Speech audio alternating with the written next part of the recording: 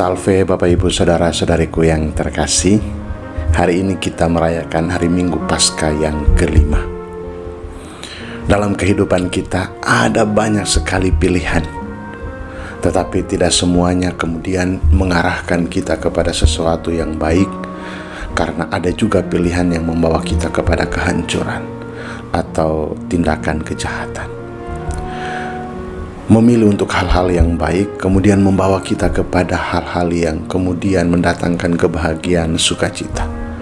Sebaliknya, ketika kita memilih segala sesuatu yang mungkin menyenangkan sementara, hal-hal yang kurang baik akan membawa kita kepada kehancuran. Dan dalam kehidupan beriman kita juga diperhadapkan pada pilihan-pilihan itu. Memilih untuk mendengarkan suara Allah atau mendengarkan bisikan iblis. Bapak Ibu Saudara-saudariku yang terkasih, sabda Tuhan hari ini mengisahkan tentang pilihan itu. Dalam perjamuan malam terakhir ada suara Allah dan juga bisikan iblis. Bisikan iblis terdengar oleh Yudas Iskariot sehingga pergi dari ruang perjamuan terakhir itu, pergi meninggalkan Yesus dan juga para murid yang lain. Ia pergi untuk menjumpai para imam-imam kepala dan menjual Yesus. Dengan mendengarkan bisikan iblis, maka ia pun keluar dari ruangan kasih Allah, ruangan yang disediakan bagi para murid. Dan suara kedua adalah suara Allah, yakni ajakan untuk saling mengasihi satu sama lain. Allah menghendaki para murid untuk hidup saling mengasihi dan kasih menjadi identitas kehidupan mereka sebagai seorang murid Kristus. Maka ia memanggil mereka dengan "Hai anak-anakku", yang menunjukkan kedekatan antara Bapa dan Anak, dan pesannya itu bersifat kekal. Mendengarkan suara kasih dari Allah membuat mereka bertahan, para murid ini bertahan dalam ruangan Allah dan mengerti tanda kasih Allah yang paling besar, yakni pengorbanan. Sehingga mereka juga turut dijelaskan dan diajak untuk mengerti bahwa dengan jalan penderitaan ini, maka Bapa dipermuliakan dalam Anak dan Anak dipermuliakan dalam Bapa.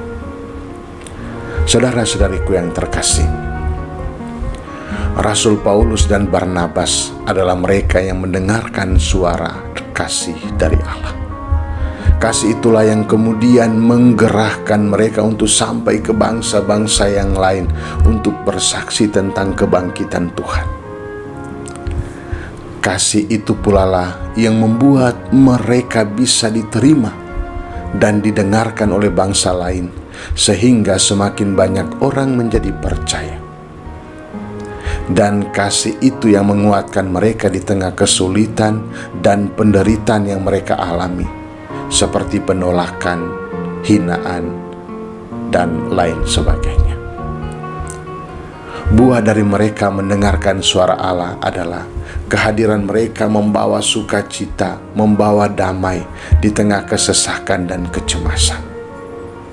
Mereka kemudian diterima oleh banyak orang dan mereka bersukacita bersama. Kitab Wahyu kemudian menegaskan bahwa orang yang mendengarkan suara Allah dan hidup dalam kasih, maka akan mengalami suatu dunia baru, yakni Allah akan menghapus air mata dan maut tidak ada lagi dalam hidup mereka. Sebaliknya, barang siapa yang mendengarkan bisikan iblis, maka hidupnya seperti Yudas Iskariot, yakni pergi dan mengasingkan diri, menjual kebenaran dan mendatangkan air mata kesedihan bagi dirinya dan juga bagi banyak orang. Suara iblis atau bisikan iblis ini menggiring kita untuk hidup bagi diri sendiri, hidup yang kemudian hadir untuk memecah belah, bukan menyatukan, memisahkan satu dengan yang lain, bukan mempererat, dan memberikan ketakutan, bukan kepastian. dan memberikan kecemasan dan keraguan bagi banyak orang. Saudaraku yang terkasih, di hari Minggu yang penuh sukacita ini, bersama dengan pelantikan Paus Leo yang ke-14, kita semua diajak untuk mengenakan pakaian kasih sebagai identitas kita sebagai anak-anak Allah, seorang murid Kristus. Kita menjadikan kasih sebagai senjata untuk melawan ketidakadilan dan kekerasan. Kasih sebagai tameng untuk menghadapi sikap iri hati dan dendam yang menghujam kita. Kasih menjadi selimut untuk menghadapi dinginnya kesendirian dan kesepian dalam perjalanan kehidupan kita. Dan kasih menjadi jembatan bagi kita untuk saling terhubung satu sama lain. Allah sudah lebih dahulu mengasihi kita, maka kita juga dipanggil untuk mengasihi sesama. Bagaimana mungkin kita mengasihi sesama kalau kita belum merasakan kasih dari Allah?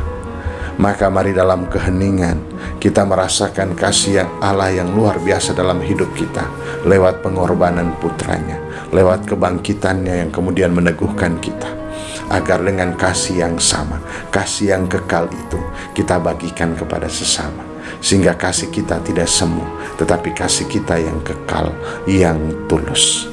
Maka Bapak Ibu saudara-saudari yang terkasih, dengan kasih itu kita menunjukkan identitas kita sebagai anak Allah, murid Kristus, dan juga dengan kasih itu dunia mengenal kita sebagai anak-anak Allah.